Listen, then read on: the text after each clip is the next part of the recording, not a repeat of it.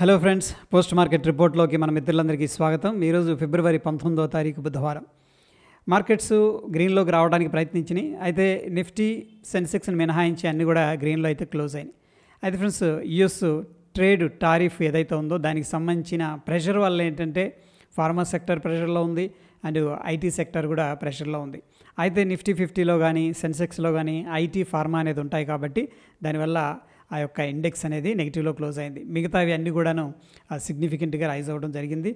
ఇక sector performance అనేది మనం తీసుకున్నట్లయితే construction, media, entertainment and PSU, banks, metals, energy అన్నీ కూడా రికవర్ అయినాయి. ఐటీ, హెల్త్ కేర్, ఫార్మా అనేది కొద్దిగా ప్రెషర్లో ఉన్నట్టు తెలుస్తుంది. అది ఫ్రెండ్స్, ప్రస్తుతానికి ఏంటంటే మనకి ఇంకా ఎఫ్ఐఎస్, డిఐఎస్ డేటా అయితే అప్డేట్ అవ్వలేదు. ఓకే, సో 18వ తారీఖు అయితే మనకి మంచిగా ఎఫ్ఐఎస్ అండ్ డిఐఎస్ ఇద్దరు కూడా బై చేసినట్టు తెలుస్తుంది. సో ఎంకే గ్లోబల్ ఏం చెప్తుందంటే ఎఫ్ఐఎస్ సెల్లింగ్ అనేది కొద్దిగా తగ్గిపోయే అవకాశం ఉంది అండ్ డిసెంబర్ 2025 కల్లా నిఫ్టీ అనేది 25,000 మార్కును దాటుతుందని చెప్పేసి ఎక్స్పెక్ట్ చేస్తూ ఉన్నారు.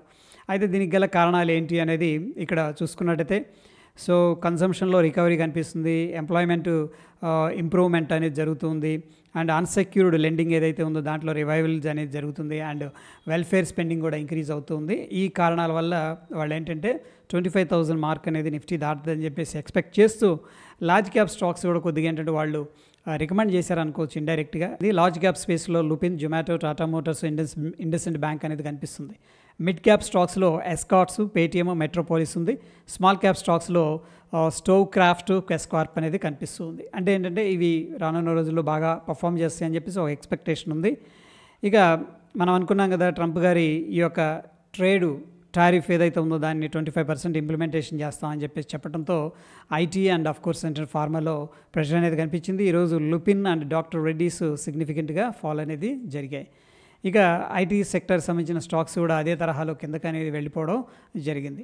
గోల్డ్మెన్ సాక్స్ ఏం చెప్తుందంటే కేబుల్స్ అండ్ వైర్స్ ఏదైతే సెగ్మెంట్ ఉందో దాంట్లో ఫ్రెష్గా ఎంట్రీ తీసుకోవచ్చు, మంచి కరెక్షన్ జరిగింది ఇప్పుడు. ఓకే, వాటికేమో స్ట్రాంగ్ డిమాండ్ ఉంది రానున్న 4-5 ఇయర్స్లో. అందుకని వాటిలో ఏంటంటే ఫ్రెష్గా లాంగ్ టర్మ్ ఎంట్రీ అనేది ప్లాన్ చేసుకోవచ్చు అని చెప్పేసి చెప్తూ ఉన్నారు. అది ఫ్రెండ్స్, ఇక్కడ ఏంటంటే కొంతమంది బ్రోకర్స్ 23,000 నిఫ్టీ అనేది అబౌవ్ సస్టైన్ అయిందంటే అక్కడ నుంచి కూడా మనకి ఒక షార్ప్గా రికవరీ ర్యాలీ అనేది జరగవచ్చు అని చెప్పేసి ఎక్స్పెక్టేషన్ అయితే జరుగుతూ ఉంది. ఇక యాక్జో నోబెల్ వీళ్ళు ఏంటంటే కన్స్యూమర్ పెయింట్స్ బిజినెస్ అనేదాన్ని సేల్ చేయాలని చెప్పేసి ప్లాన్ చేస్తూ ఉన్నారు. అయితే దానికోసం Pidilite industries, JSW paints, IndiGo paints అనేది బిడ్డింగ్ వేయడానికి ప్రిపేర్డ్గా ఉన్నారు. ఇక ఇండియా ఏంటంటే థర్డ్ ప్లేస్ అనేది రావడం జరిగింది ఫ్రెండ్స్, ఎందుకంటే ఎంఎస్ఐ ఎమర్జింగ్ మార్కెట్స్ ఇండెక్స్లో సెల్ ఆఫ్ అనేది సిగ్నిఫికెంట్గా జరిగింది, అందుకని ర్యాంక్ అనేది పడిపోయింది.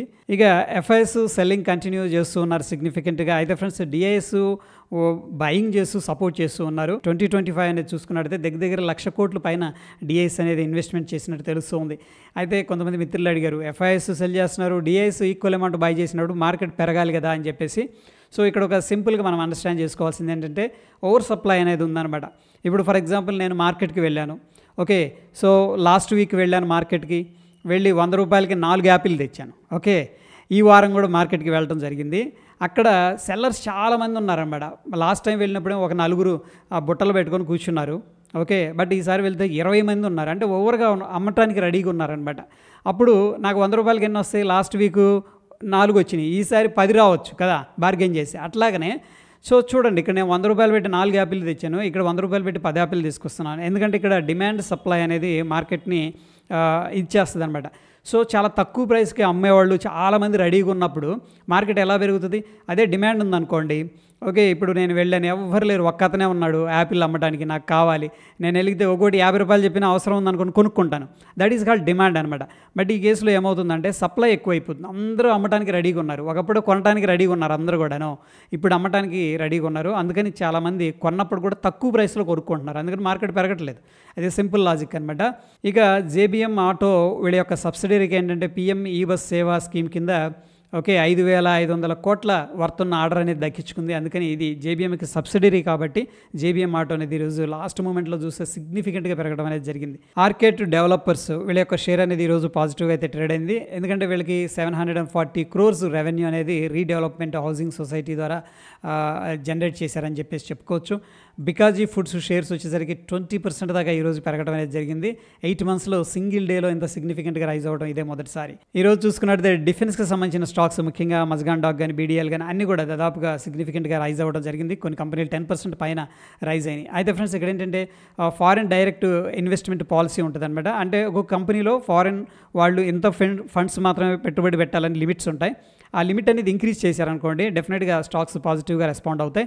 సో ఆ లిమిట్ అనేది ఇంక్రీజ్ చేస్తున్నాం అని చెప్పేసి ఎఫ్డీఐ పాలసీని రివైజ్ చేయడంతో ఈ స్టాక్స్ అనేది సిగ్నిఫికెంట్గా రైజ్ అవ్వడం అనేది జరిగింది. ఇక స్విగ్గీ, జొమాటో అనేది ఈ మధ్యకాలంలో అండర్ పర్ఫార్మర్గా ఉన్నాయి. బట్ లాస్ట్ 3-4 సెషన్ నుంచి కూడా సిగ్నిఫికెంట్గా రైజ్ అవుతూ వస్తూ ఉన్నాయి. అయితే దానికి గల కారణాలు ఏంటి అనేది చూస్తే బ్రోకరేజ్ సంస్థ సిఎల్ఎస్ఏ ఏం చెప్తూ ఉందంటే, సో ఇవి మంచి కంపెనీలు అని చెప్పేసి చెప్తూ ఉంది లాంగ్ టర్మ్ కోసం.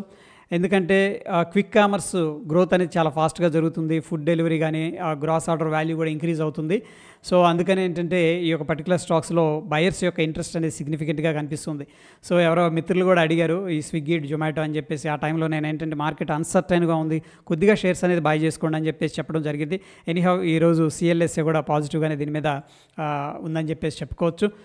Swasth food tech India limited అనేది ఐపీఓకి 20వ తారీఖు వస్తుంది. అంటే రేపు 24న క్లోజ్ అవుతుంది. ఇది ఎస్ఎంఈ కేటగిరీకి సంబంధించింది. దీంట్లో మనం ఇన్వెస్ట్ చేయాలంటే 1,12,000 రూపాయలు అనేది అప్రాక్సిమేట్గా అవసరం అవుతుంది.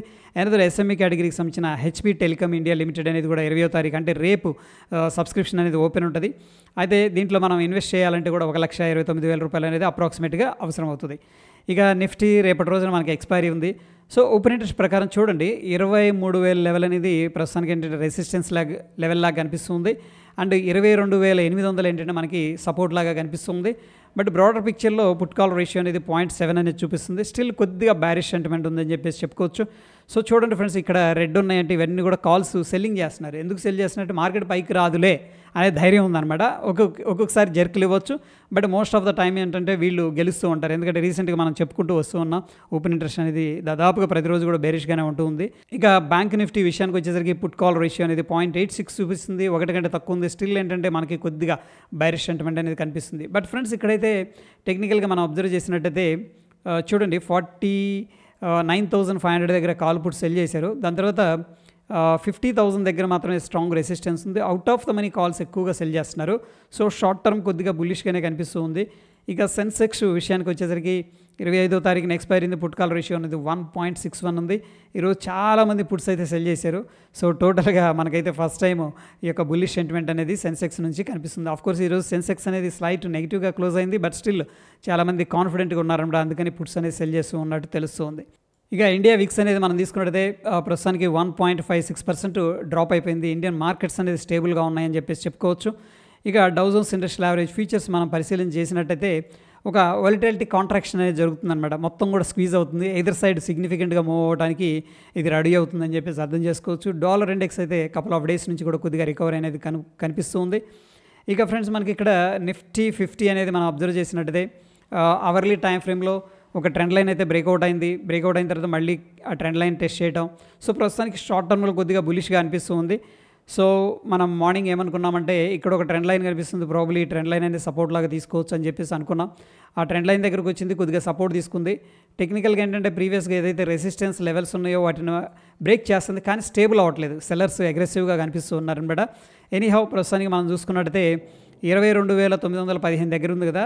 సో 23,000 అనేది psychological number and round number. దాని మీద కనుక క్లోజ్ అయింది అనుకోండి సక్సెస్ఫుల్గా స్టేబుల్ అయితే మాత్రం మళ్ళీ ఏంటంటే షార్ట్ టర్మ్ అనేది రికవరీ అనేది జరగడానికి పాసిబిలిటీస్ అయితే కనిపిస్తూ ఉన్నాయి.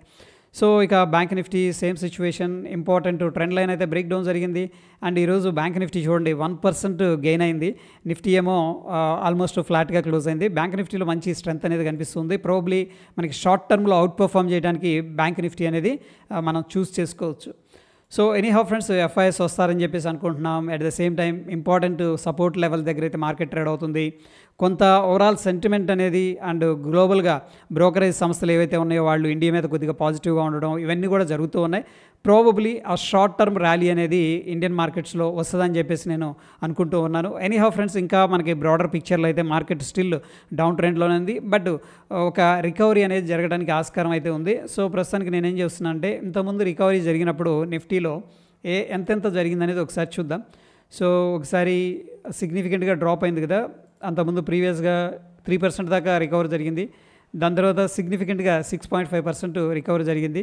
దాని తర్వాత 4% రికవరీ జరిగింది. ఆన్ అన్ యావరేజ్గా అట్లీస్ట్ మనకి 2 to 3% రికవరీ అనేది మనం అయితే ఎక్స్పెక్ట్ చేసుకోవచ్చు.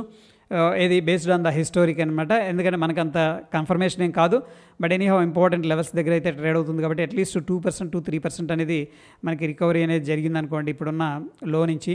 సో ప్రాబబ్లీ అట్లీస్ట్ 23,500 అన్న వెళ్ళాలి. ఎనీహౌ 23,000 లెవెల్ అనేది మనం క్లియర్గా వాచ్ చేద్దాం. సో ఇది ఫ్రెండ్స్ పోస్ట్ మార్కెట్కి సంబంధించిన అప్డేట్స్. మరొక ఇంట్రెస్టింగ్ ఎపిసోడ్ మళ్ళీ కలుసుకుందాం. వీడియో ఇన్ఫర్మేటివ్గా అనిపిస్తే తప్పకుండా లైక్ చేసి మీ యొక్క సపోర్ట్ అనేది తెలియజేయండి. ధన్యవాదాలు.